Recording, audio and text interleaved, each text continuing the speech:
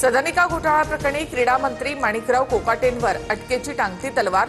नाशिक जिल्हा सत्र न्यायालयाकडून 2 वर्षांच्या शिक्षेसह 50,000च्या दंडाची शिक्षा कायम।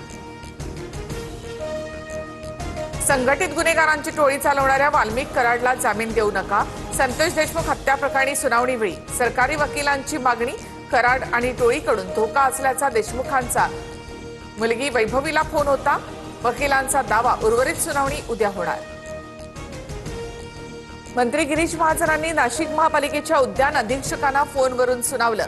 हिरावडी परिसरामध्ये वृक्ष लागवडीसाठी छोटे खड्डे केल्यानं संताप। 2000 वृक्षांची लागवड केली जाणार, महाजनांची माहिती।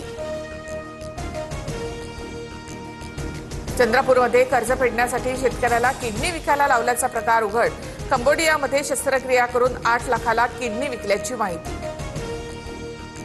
नॅशनल हेराल्ड प्रकरणामध्ये सोनिया गांधी, राहुल गांधींसह 7 जणांना दिलासा। राऊस एव्हेन्यू कोर्टाच्या विशेष न्यायाधीशांचा ईडीच्या आरोपपत्रांची दखल घेण्यास नकार।